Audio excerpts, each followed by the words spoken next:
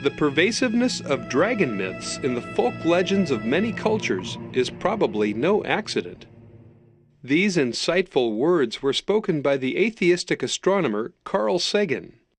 As Sagan noted, stories of dragon encounters permeate the legends, lore, and histories of every major people group in the world. Ancient Chinese, Native American Indians, early Germanic tribes, South American Nazcans, Greeks, Dogon and Bambara tribes of Mali, Persians, Scandinavians, Babylonians, Ashanti of West Africa, Egyptians, Romans, peoples of ancient India, and many others.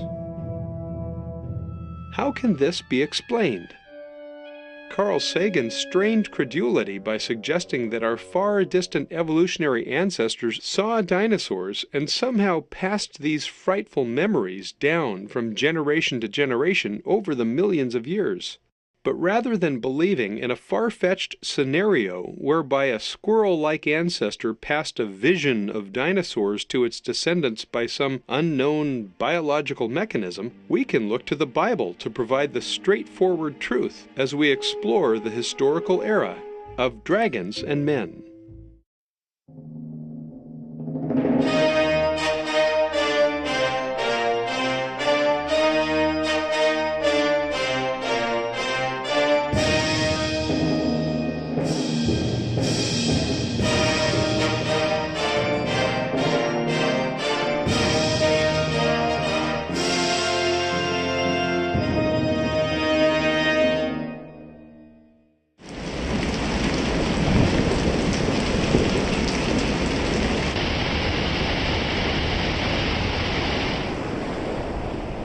The Bible explains how God used Noah to save 2 of every kind of land creature that he had made, including the dinosaurs. Dinosaur kinds were probably represented aboard the ark as juveniles. Some of these families of great reptiles that came off of Noah's Ark would have gone extinct in subsequent years due to the harsh climatic conditions, but others adapted or survived in remote tropical regions.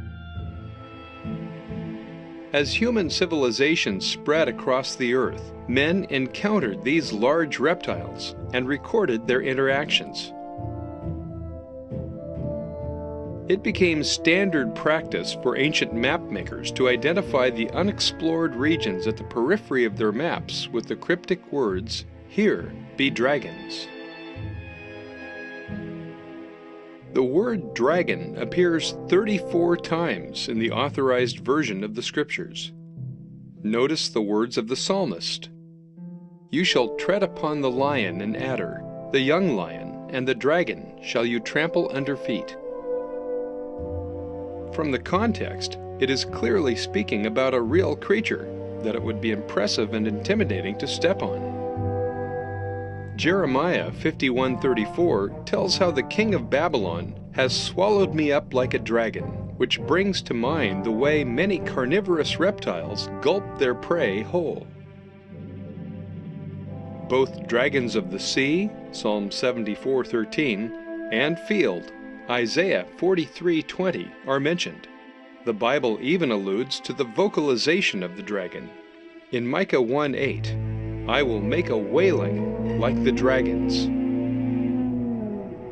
The fact that dragons were powerful, frightening creatures is demonstrated by the book of Revelation likening Satan himself to a great red dragon. Revelation 12:9.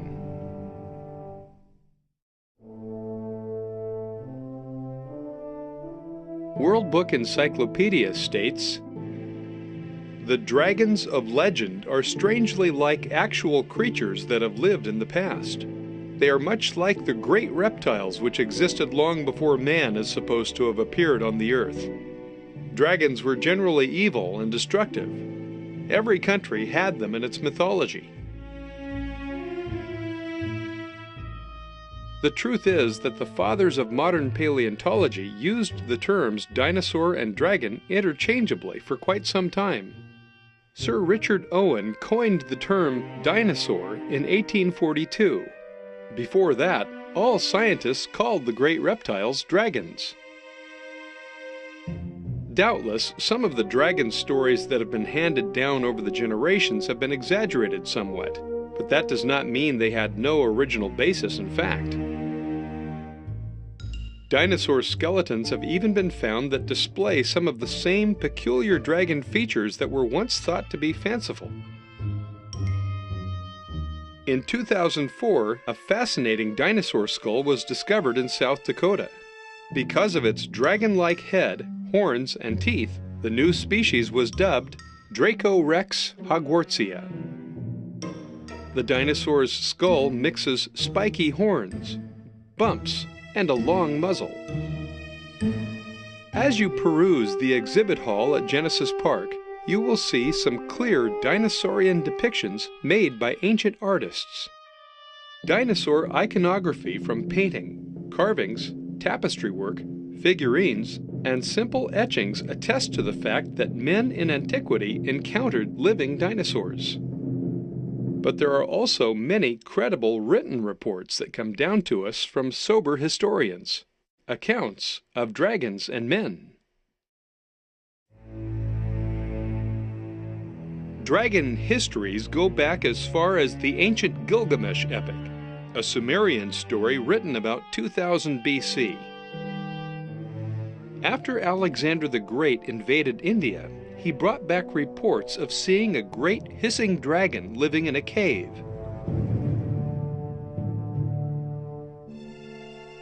Later Greek rulers supposedly captured dragons in Ethiopia and brought them back alive. The Chinese have the oldest intact civilization. Their stories of dragons and some of their ornamental pictures of dragons are remarkably like dinosaurs. Marco Polo wrote of his travels to the province of Karajan and reported on huge serpents, which at the forepart have 2 short legs, each with 3 claws, and large jaws. Books even tell of Chinese families raising dragons to use their blood for medicines and highly prizing their eggs. It is interesting that the 12 signs of the Chinese zodiac are all animals, 11 of which are still seen today. But is the 12th, the dragon, merely a legend, or is it based on a real animal, the dinosaur? It doesn't seem logical that the ancient Chinese, when constructing their zodiac, would include one mythical animal with 11 real animals. The interpretation of dinosaurs as dragons goes back more than 2,000 years in Chinese culture. They were regarded as sacred, as a symbol of power. China's oldest known dragon depiction is a curious discovery found at the ancient Zhishui-Po cemetery ruins along the Yellow River in Henan province. There, 3 artistic dragons, along with tigers and other animals, composed entirely of white shells, were placed alongside human remains. The Zhishui-Po site dates back several thousand years, yet the dragons shown are surprisingly like modern renditions. This shows the dragon concept did not slowly develop through Chinese history from a simplistic, primitive, mythological form. This is evidence that they were modeled after living creatures.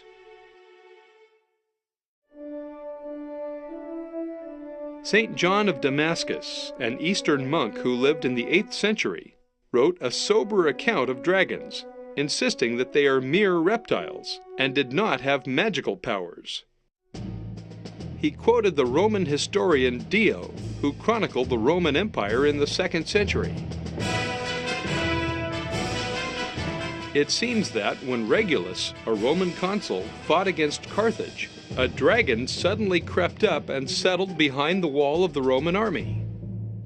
The Romans killed it, skinned it, and sent the hide to the Roman Senate. Dio claimed the hide was measured by order of the Senate and found to be 120 feet long. It is unlikely that either Dio or the pious St. John would support an outright fabrication involving a Roman consul and the Senate.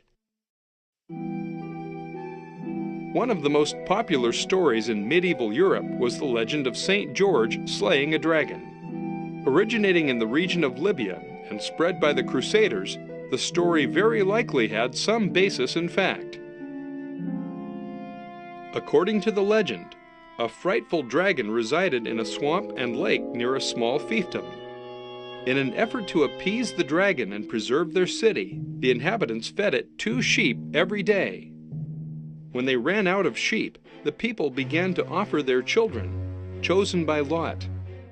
On one day it happened that the lot fell on the king's daughter, and so the princess was tied out at the lakeshore to await the venomous dragon. Just then, the knight St. George chanced to ride past that lake. The princess, trembling, tried to warn George to leave, but he vowed to remain and face the hideous reptile.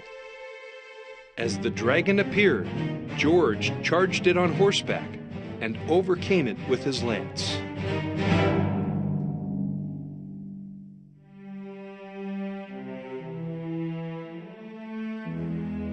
Quite apart from such popular legends, dragons were described in reputable zoological treatises published during the Middle Ages.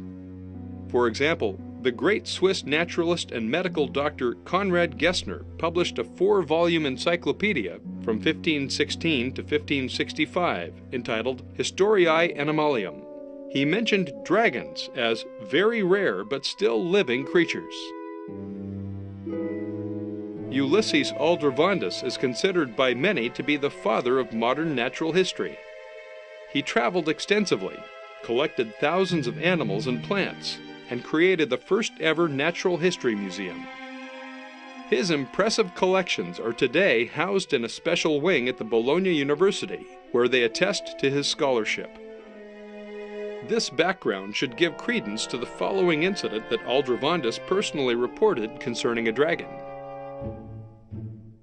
The dragon was first seen on May 13, 1572, hissing like a snake. He had been hiding on the small estate of Master Petronius near Dosius in a place called Malinolta. At 5 p.m. he was caught on a public highway by a herdsman named Baptista of Camaldulus, near the hedge of a private farm, a mile from the remote city outskirts of Bologna. Baptista was following his ox cart home when he noticed the oxen suddenly come to a stop. He kicked them and shouted at them, but they refused to move and went down on their knees rather than move forward. At this point, the herdsman noticed a hissing sound and was startled to see this strange little dragon ahead of him. Trembling, he struck it on the head with his rod and killed it. Aldrovandus identified it as a reptile, the first of this type that he had seen. The strange creature seemed to be completely harmless. Aldrovandus surmised that the dragon was a juvenile, judging by the incompletely developed claws and teeth. Aldrovandus mounted the specimen and displayed it for some time. It is regrettable that, while many of his museum mounts nicely survived, the dragon mount has disappeared. An old Assiniboine Indian story tells of a war party that traveled a long distance to unfamiliar lands and saw some large lizards. The warriors held a council and discussed what they knew about those strange creatures. They decided that those big lizards were bad medicine and should be left alone. However, one warrior who wanted more war honors said that he was not afraid of those animals and would kill one. He took his lance and charged one of the large lizard-type animals and tried to kill it. But he had trouble sticking his lance in the creature's hide, and during the battle, he himself was killed and eaten.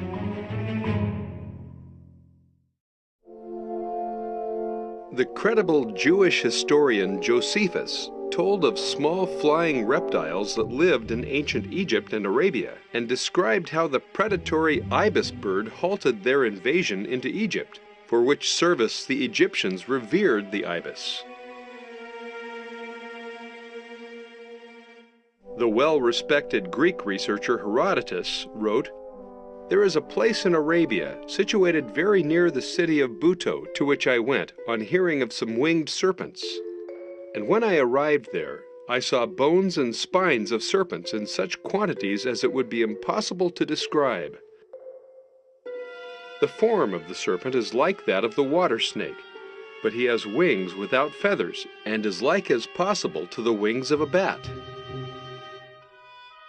In his third volume, Herodotus goes on to tell how these animals could sometimes be found in the Arabian spice groves.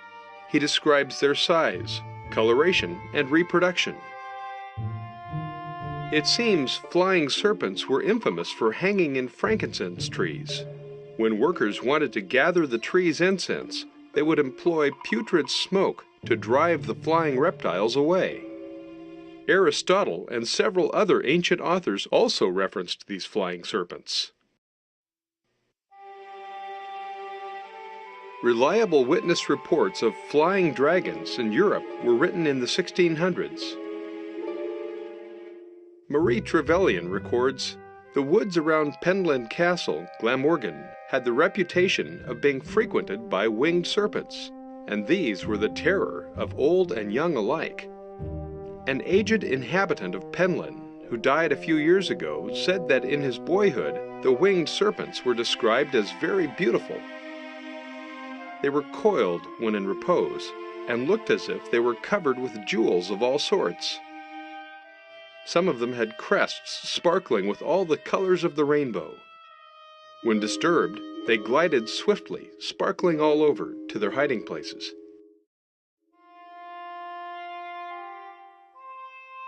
The popular 17th century writer Athanasius Kircher wrote how the nobleman Christopher Shoriram, prefect of the entire territory, witnessed a phenomenon written in his own words.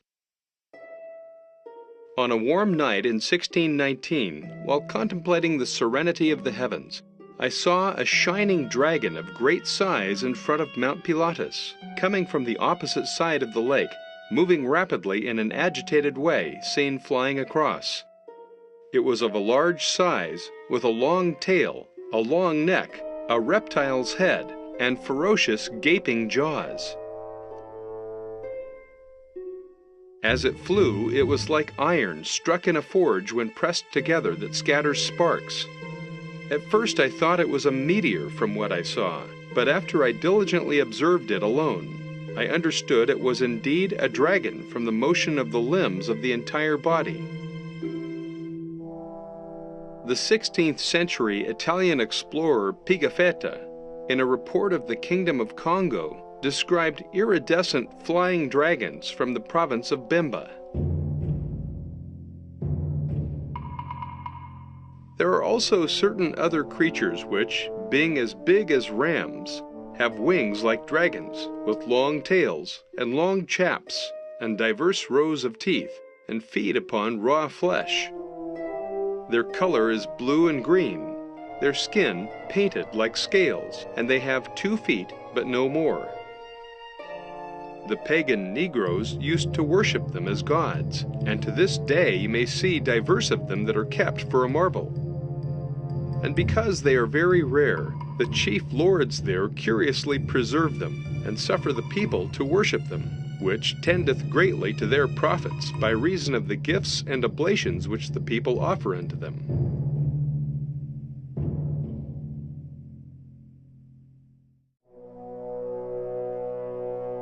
In medieval times, the Scandinavians described swimming dragons, and the Vikings placed carved dragons on the front of their ships to scare off the sea monsters.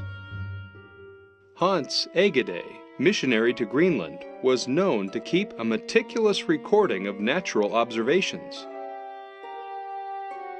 He documented a sea monster which he saw off the coast in 1734. A well-publicized serpent-like sea monster sighting was made by the crew and officers of HMS Daedalus in August of 1848. The creature they saw measured approximately 60 feet long and sported a mane on its head. Numerous other such stories have been recorded from the great age of sailing ships from 1500 to 1900 AD, when men traversed the ocean without the noise of modern powered vessels. 2 swimming dragons are mentioned by name in Scripture. First, there is the sea monster called Rahab. Then there is the ferocious Leviathan. Psalm 104, 25-26 says, "So is this great and wide sea, wherein are things creeping innumerable, both small and great beasts. There go the ships. There is that Leviathan, whom thou hast made to play therein."